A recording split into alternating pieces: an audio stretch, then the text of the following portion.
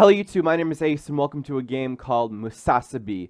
Now, I really hope I am pronouncing that right because I do not mean to offend anybody if I'm saying that wrong. I recently got an email about this game from the developers asking if I could do a Let's Play or a review video on it, which I gladly accepted. And the moment I saw it, I immediately fell in love with it and knew I was getting into something special. The title of this game translates to Flying Squirrel in Japanese, which you play as in the game, and if that's not like the cutest thing ever, then I don't know what is. So it seems like a platformer from what I can tell, but it's not a platformer in the traditional sense, so honestly, I have no idea what I'm getting into here. So without further ado, let's play Musasabi. Now, we were given a little cutscene backstory in the beginning about how we are trying to stop a vampire from taking over the world, and to do that we must collect 7 shards of crystal. And I believe the character we play is called Ryus. I don't know exactly how to pronounce that. I was never good at Japanese, but that doesn't matter. I'm really excited to get into this game, so let's just hop into the first level. Alright, so, oh, we got a little... I'm sorry, I'm sorry, that just kind of happened there. We had a gnome jump into our body that was screaming help, and now we have to collect a crystal. Okay. Oh, well, we got a funny little walking animation here. Every time we start, we do a little cartwheel. I think that's pretty hilarious. Oh, we can actually walk on top of the ceiling. Of course we are. We're a squirrel. Alright, so the objective of this game, I guess, is to collect squirrels and collect diamonds. Did I say collect squirrels? I meant collect gnomes and collect diamonds. So obviously, as a squirrel, we can climb on walls, and we're not any ordinary squirrel. Like I said before, we are a flying squirrel, so we can fly for a short period of time, I believe. This seems pretty easy enough, and I'm really liking this, these graphics. Like, this is right up my alley. It reminds me of a Nintendo game, like a first NES game. So we have a set number of crystals we must collect per level. I'm not exactly sure if we have to collect all the gnomes, but I'm pretty sure that they spawn the crystals. We are not only a flying squirrel, we are a magical flying squirrel because we can shoot acorns. I guess we can't exactly kill these guys without the magical upgrades, so we might as well just avoid them for now. But yeah, the levels seem non-linear in a sense that there's just like not one straight path to like, well, there really isn't an exit. I mean, you have an objective each level from what I can tell so far. So the controls are a little awkward to get used to, I must admit. And I'm not even sure if the collecting the gnomes do really anything. I think they're probably there for just a bonus. I don't know, I'm just kind of confused by everything at the moment because I really don't know how everything else works. You know, it is like that when you first pick up a game.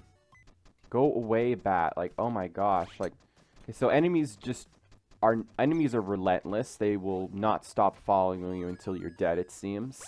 Yeah, I've been kind of stuck on this one level for a while now because, like, the enemies will not stop spawning. Like, they come from, like, every single area of the game, and it's kind of takes away from the challenge factor if you have to have enemies keep spawning in waves. I find that's artificial difficulty.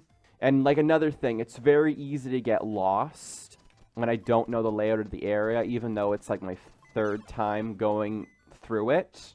But I mean, overall, I'm probably being a hypocrite because like these are all other factors I've had to deal with in other games, and I didn't like once complain then. Like, I feel like games like Blazing Beaks and Nuclear Throne are an exception because you'd expect like waves of enemies in those type of games. You wouldn't expect waves of enemies in a platform game, which is why I'm kind of giving this one a hard time.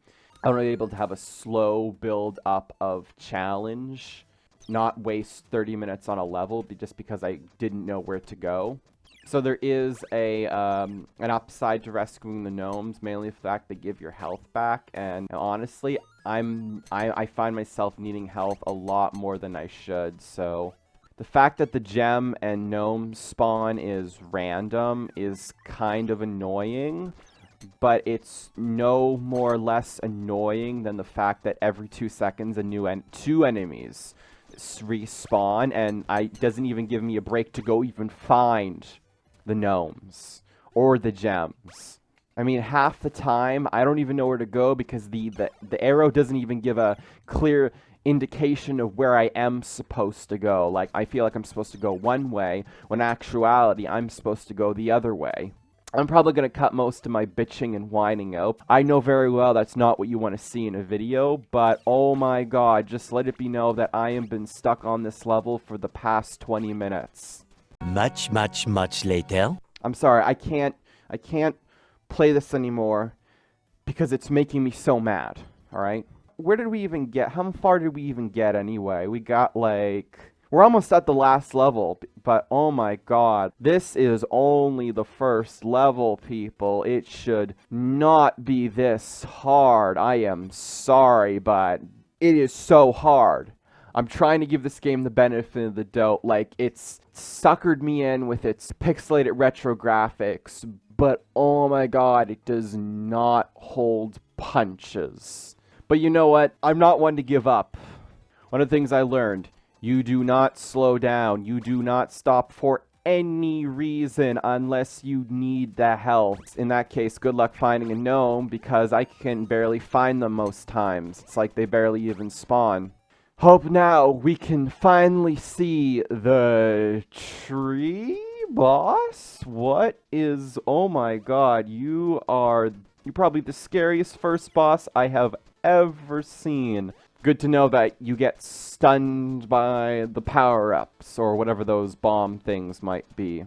Oh my god, please do not. Oh my god, can you just not? Okay, so I think I might have found an XSplit. Just stay on the ceiling and blast him. All he's gonna do if I stand on the ceiling is run back and forth and spawn his bats, because he can't seem to reach us. Again, probably one of the creepiest first level bosses I have ever seen. Like, I was really not expecting this. So, anyway, this has been Musasabi, a, interesting experience to say the least. Honestly, I need a nap.